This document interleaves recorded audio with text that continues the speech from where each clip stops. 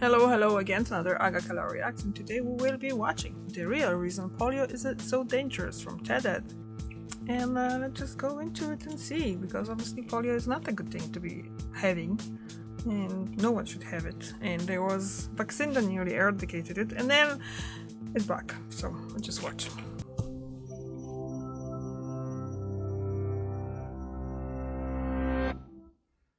In 1952, polio was everywhere. For years, this virus killed or paralyzed roughly 500,000 people That's annually, a lot. leaving survivors reliant on crutches, wheelchairs, and respirators. Yet just 10 years later, paralytic polio cases in the US dropped by 96%.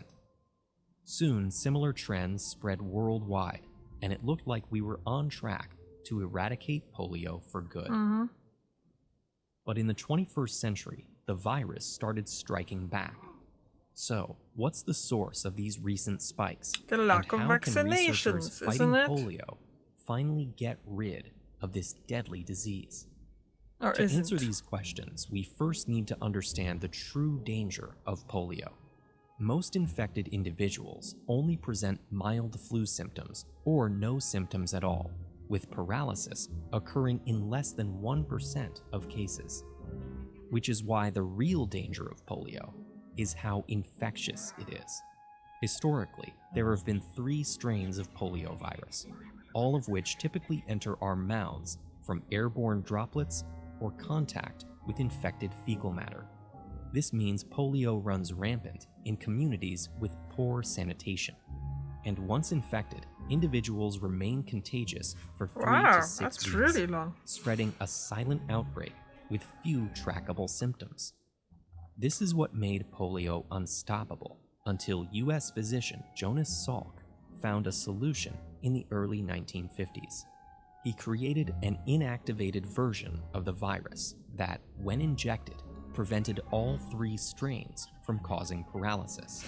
Because it's like However, a zombie this for them. inactivated poliovirus vaccine, or IPV, didn't stop poliovirus from living in our bodies and spreading to others. Fortunately, Polish-American microbiologist Albert Sabin was creating the oral polio vaccine, or OPV, at the same time. This even cheaper and easier to administer treatment contained weakened variants of each poliovirus strain, known as attenuated viruses. And once ingested, these prevented polio from settling in the body altogether. Over the next several decades, IPV and OPV eliminated polio in country after country. But near the turn of the century, this arms race between medical ingenuity and viral evolution took a turn. Scientists discovered variant strains of polio, each almost identical to one of the 3 existing strains. And their source was even more troubling.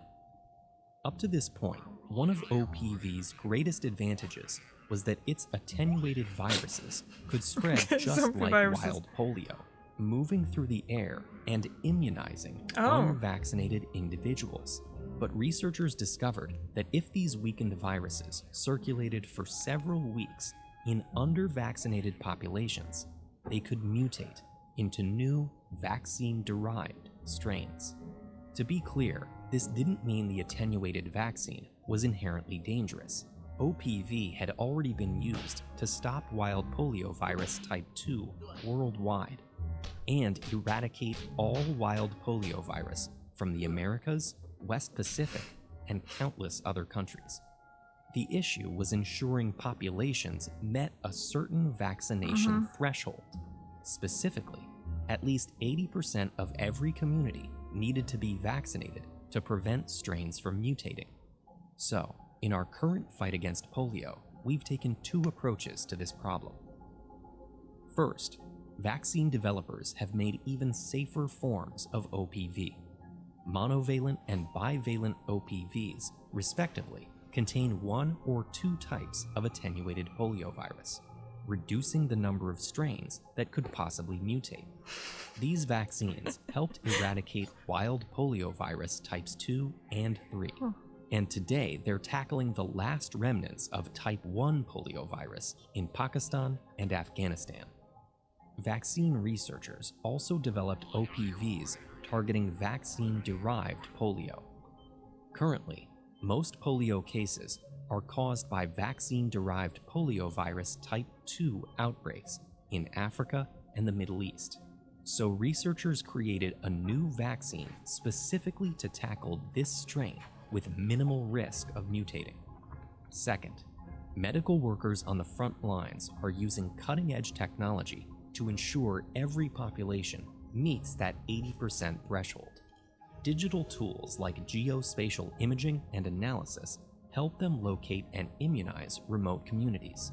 Extensive monitoring systems ensure they don't miss a single child, and waste surveillance systems employed across the globe can alert us to potential outbreaks.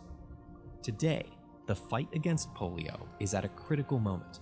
We're primed to eradicate wild poliovirus in the near future, and with our new vaccines, eradicating vaccine-derived strains might not be much further off. But doctors still struggle to reach areas experiencing military conflict and civil unrest. And without keeping vaccination rates high, polio's silent outbreaks could easily surge. So it's essential that we keep up the pressure to finally finish what we started over 70 years ago. Polio is just one of many diseases that humanity has had to contend with over millennia. So which disease has been the deadliest? Find out with this video. Or dig into the possibility of one vaccine that could protect you against all viruses with this one. So, they didn't really mention the fact that people don't vaccinate, but I'm guessing that's one thing. But yeah, the problem is that with the vaccinations to truly work, a lot of people have to be vaccinated because it's like herd immunity. That's how it works most of the time. Obviously, there are people that they can't take the vaccination, and that's the herd immunity comes into play because if the people around them are vaccinated, that means they safe too. So, and a lot of people just don't understand how vaccines actually work. I'm not sure if I entirely understand how vaccines work. I know there's most, if not all, vaccines actually just have like this weakened strain of the particular illness that you're vaccinated against. So I have nothing against it, and I would do, and I actually should take a few vaccinations, like flu vaccination would be good, but you know, I just never want to pay money for it because I'm cheap. Yeah, so anyway, I definitely was vaccinated for polio because I was born in the 80s in Poland. We've got vaccinations for multiple things back then, and there still are. So yeah, okay. Thank you very much for watching, and I see you tomorrow. Bye!